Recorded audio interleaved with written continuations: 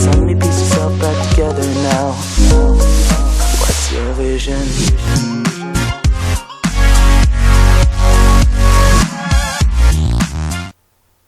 Hello and welcome to episode 27 of Rags to Riches with Blyth Spartans. Now, as you know, the last game we played was the 4-2 defeat at home to Salford City, where they really did squash us in terms of games, and a hat-trick from one of their players, the star striker, put us to the sword. So the double game after that was Worcester away 1-1 draw and Boston United away a 2-2 draw. So those two matches wrapped up a season where it's seen us have a blistering first half and a very dreadful second half, only winning 4 games in the last 20 or so matches and only 1 of the last 7. A lot of defeat, a lot of goals conceded and very few draws in the season. So we'll have a quick look at the final league table and how we got on in the cups, just to recap the end of season 3. So in the cup competitions, the Emirates FA Cup, we were expected to reach the 4th round of the qualifying, but we got knocked out to a fellow club in our division, Stalybridge Celtic, in the 3rd qualifying round. And in the FA Carlsberg Trophy, we were predicted or expected to reach the 1st round, and we got put out in the 3rd qualifying round by AFC Telford United. Now here is the final league table. We have finished 13th in the league, which is around the similar position that we finished in Season 2. Of course, after Season 1 we got promoted to this division via the playoffs. Now we played 42 games, winning 16 games, drawing 9, losing 17, scoring 76, which is pretty good, but we conceded far too many.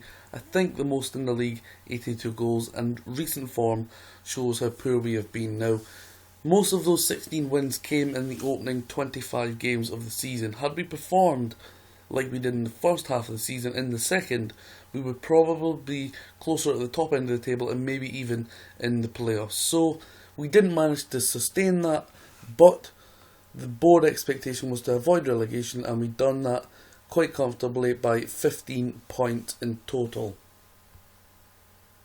Personally, I wanted us to finish way above that, closer to the playoffs, but as I say, we did fall off, and you've seen the results.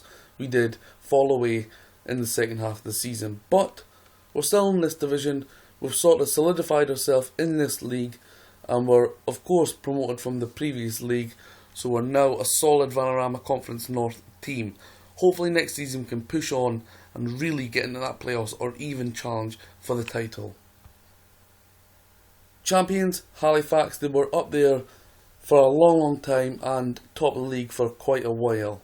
82 points sees them become the champions, winning 25 games, scoring 92, which makes them the highest goal scorer in the league. Very consistent.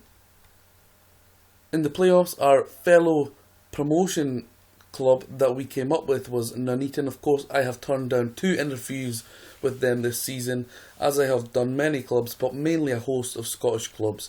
Kidderminster also in the playoffs, Solihull Moors, who we recently beat, and Stalybridge Celtic, who we've also had an interview for and declined, of course, as we intend on taking Blyth Spartans right to the top from the very bottom, and that is why the series is called Rags to Riches.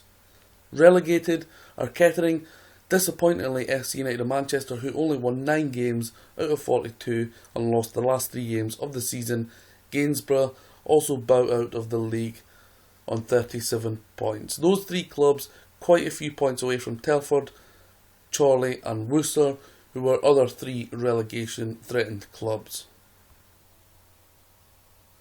Now looking ahead and to our squad, we have a lot of players that are on non-contract, and a lot of them will leave in the summer come June and look for pastures new, and we will of course try to bring in more free agents and fill out a squad. There's a lot of them going out and some of them will be staying, but let's check and see who were the top players in terms of goals, assists and key passes, as well as average rating in our squad for Season 3.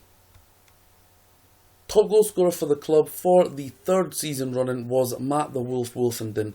Now, if you've been following the series, you know we paid £20,000 to FC United of Manchester for him, and he's repaid the faith we showed in him with that price, scoring 69 goals in 129 games for the club. Prolific striker, and he was at his former club also. This season, playing in various roles, sometimes as a striker, sometimes behind the striker, and occasionally out wide also. 20 goals in 45 appearances is pretty good for Matt Wolfenden, who is now 31 years old. Luke Charman got 19 goals in his debut season for Blyth Spartans and signed a new contract, but he did fade away like a lot of the players near the end of the season. Other players that scored goals and chipped in were Ben Blackman with 13, Andre Johnson with 11, most of those via substitute appearances. An indifferent season from Dan Maguire, as you can see, 17 starts, 14 sub appearances. He was injured hell of a lot, only 9 goals this season for him. Gareth Swan, that 4-month injury to him really did hamper him, only 6 starts this season. Jordan Story got 3, Stephen Turnbull got 2, and 1 goal each for Robert Snurs, Blackburn and Robert Dale, the legend of the club, who is very much so on the decline. As for assists, top of the chart, a guest contributing and making up for his 19 goals, and adding to that, 17 assists for Luke Charman. Matt Wolfenden got 12, and the wide man, who occasionally played behind the striker Ben Blackman, also got 10. Turnbull got 8, Watson got 7, and 6 apiece for Maguire, Story and Nicholson, 2 apiece for Dale, Parker and Richardson. In terms of key passes, Jordan Story got 127 in 41 games of the season, making it an average of roughly 3 key passes per game, which of course the higher you play, the higher standard and quality of players you have, the higher that stat will be. 122 for Wolfenden, 103 for Blackman, and the rest of the players kind of faded away and got below 90. Best average rating for the third season in a row is Jordan Story with 7.20. He's been a revelation since we signed him on a free transfer with a 7.20, and Luke Charman got 7.06 in his debut season, Turnbull 7.03 and Wolfenden 7.01, and surprisingly 6.96 for Ben Blackman, and I expected his to be much higher considering he contributed to 23 goals in 43 appearances. Now for me, the favourite player in this save so far, he came through in the first youth intake for my regen, Ben Blackman, the 18-year-old who was subject of bids from Crewe, Walsall and Hibernian, whose interest for the last 2 years has just not faded away, and they're currently still interested. They did bid £10,000 for him, but for me that was a definite no-go. Now Blackman can play behind the striker, left midfield, but naturally he plays on the right hand side of midfield. English, valued £10,000 on £200 per week for another year. 5-star current and potential ability. Stats have increased heavily over the last 2 seasons. Now at the tender age of 18, played 95 games and racked up 21 goals with a lot of assists in that time. I'm a bit worried that he will get poached and taken off us at any given time really. One of those bids where the board intercepts and sells him for you due to the cash needed in the club. But he is the current and the future, hopefully, of Blyth Spartans. What a player. My financial situation is not really great, £120,000 in the red, but hopefully we can get a few friendlies against big clubs. Granted, we'll probably lose them, but hopefully we get them against Championship or Premier League clubs where we can hopefully pull in around £20,000 to £30,000 per match and sort out that financial situation.